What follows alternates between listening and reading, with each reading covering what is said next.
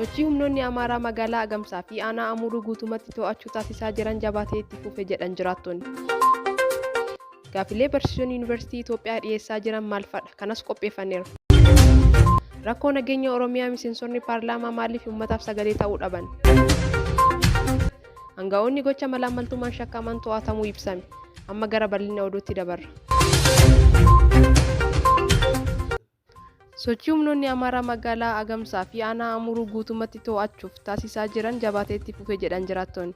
Poolisiin humna addaa Oromiyaa magaalaa Agamsaa irraa ture humna ittiin hidhattoota faannoo dura dhaabbannu hin qabnu jechuun jiraattonni magaalichaa akka gadhiisan erga taasisee booda ofiis walis Agamsa gadhiisanii bahuun dhagahameera.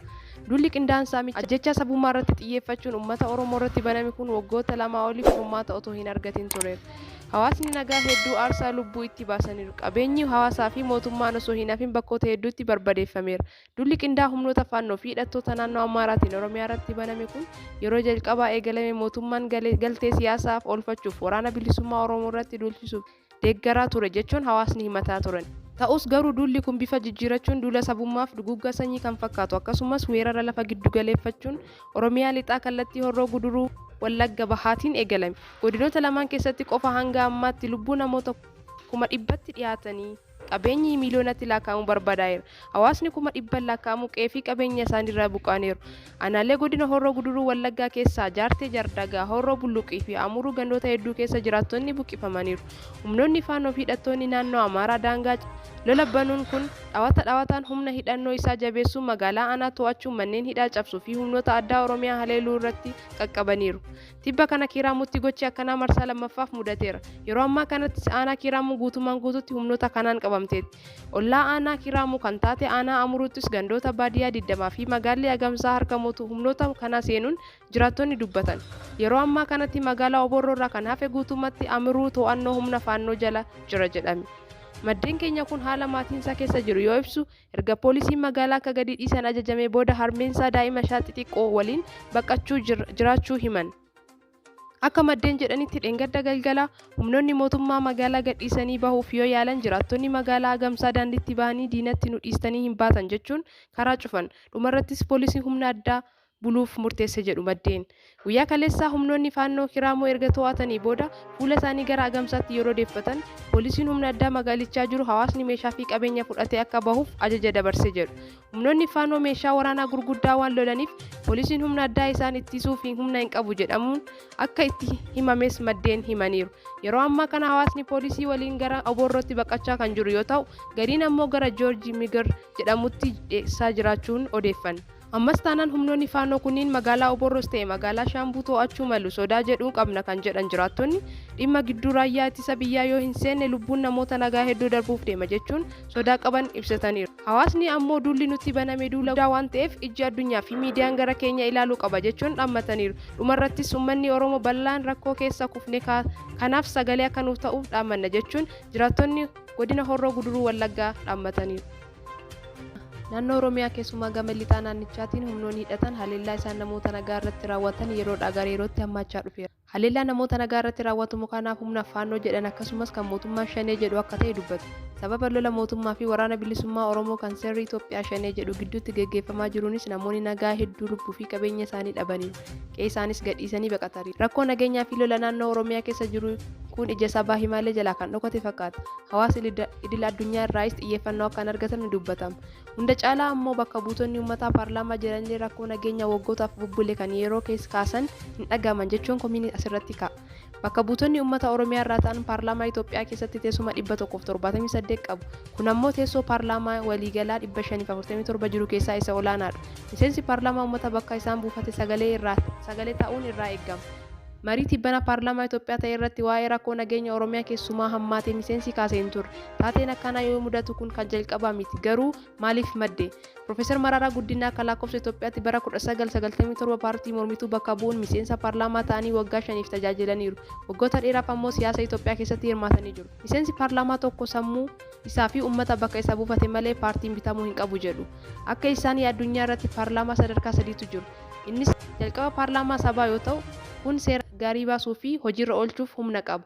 kan lammataa paarlaamaa seera gaarii baasuu fi gaarii hojjechuu hojiirra oolchuu hin qabnedha. Kan sadaffaa immoo warri faranjii kan tooking shop jedhu kun paarlaamaa seerri gaarii isa baases hojiirra oolchuuf itti fayyadamaa itti rakkatuu fi rakkoo uummata sagalee ta'uu hin dandeenye jedha.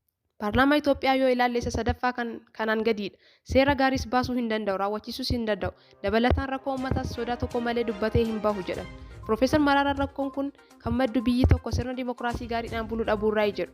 Keessumaa rakkoo nageenyaa balaa Oromiyaa keessa jiruu fi teessuma caalmaa naannichaa paarlaamaa keessa qabuun sagalee hedduu jabaatu dhaga'amuu irra ture jedhu. Namoonni warruma biyya bulchuutu murteessa, warri paarlaamaa keessa sagalee sabaa ta'uu hin danda'an, warruma isaan filachiisitu isaan ajajaa fi to'atuu danda'a jechuun qondaalli namni siyaasaa kun dubbatu.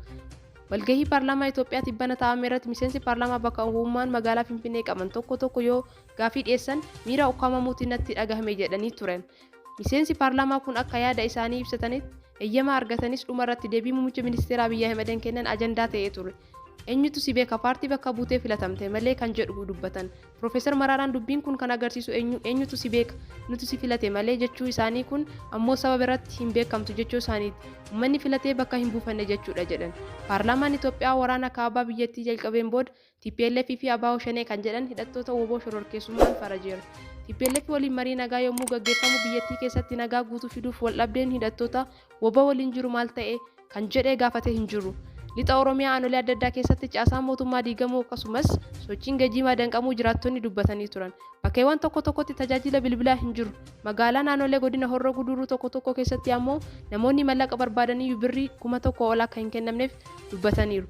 Kun yaa'ii paarlaamaa Itoophiyaa tibbanaa irratti irruma keessa malee cimsinee hin ilaallamne. Darbuun komii kaase keenya nuuf hin kabajamne kan jedhan barsiisonni dhaabbilee barnoota olaanoo wixata dhufiirraa kaasanii hojii dhaabuun mormii geggeessuuf akka qophaa'an yoo ibsan, waldaan barsiisotaa ammoo waa'ee mormii karoorfamee wanta beeku hin jiru jedheera.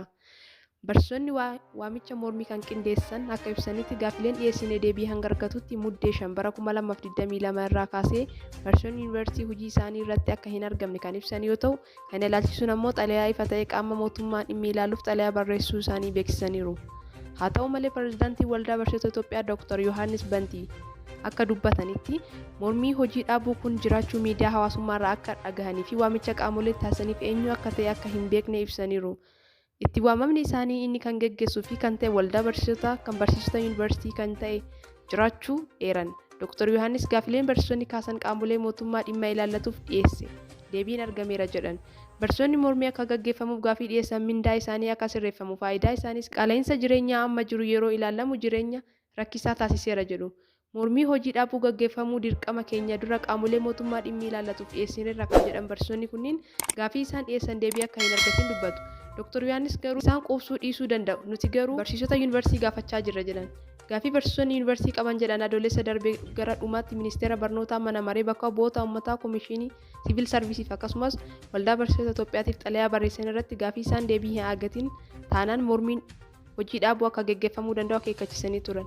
Erga kun ta'e ji'oota 4 darbuu garuu jijjiiramni akka tokkollee akka hin dhufne dubbatu. Aangawoonni gocha malaammaltummaan shakkaman to'atamuu ibsame. Daayirektarri olaanaan tajaajila nageenyaa faayinaansii obbo Teediroos Baqqalaa dabalatee aangawoonni gocha malaammaltummaan shakkaman to'atamuu koreen farra malaammaltummaa biyyaalessaa ibse. Korichi hojii isaa ifatti eegaluu ilaalchisee guyyaa har'aa miidiyaaleef ibsa laateera. Ibsa isaan daayirektarri olaanaan tajaajila nageenyaa faayinaansii obbo Teediroos Baqqalaa dabalatee aangawoonni gocha malaammaltummaan shakkaman biroo to'atamuu eereera.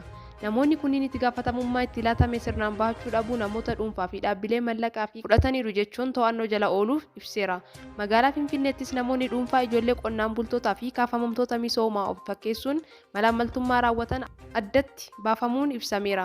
Hawaasni malaammaltummaaf saaxiluu eeruu kennuu cimsee akka itti fufu korichis gaafate. Baay'ee daawwattoota keenya oduu guyyaa har'aaf qabanne kanuma. YouTube chaanaalii keenya laayik, sheer, sabiskiraayib gochuun maatii keenya ta'a.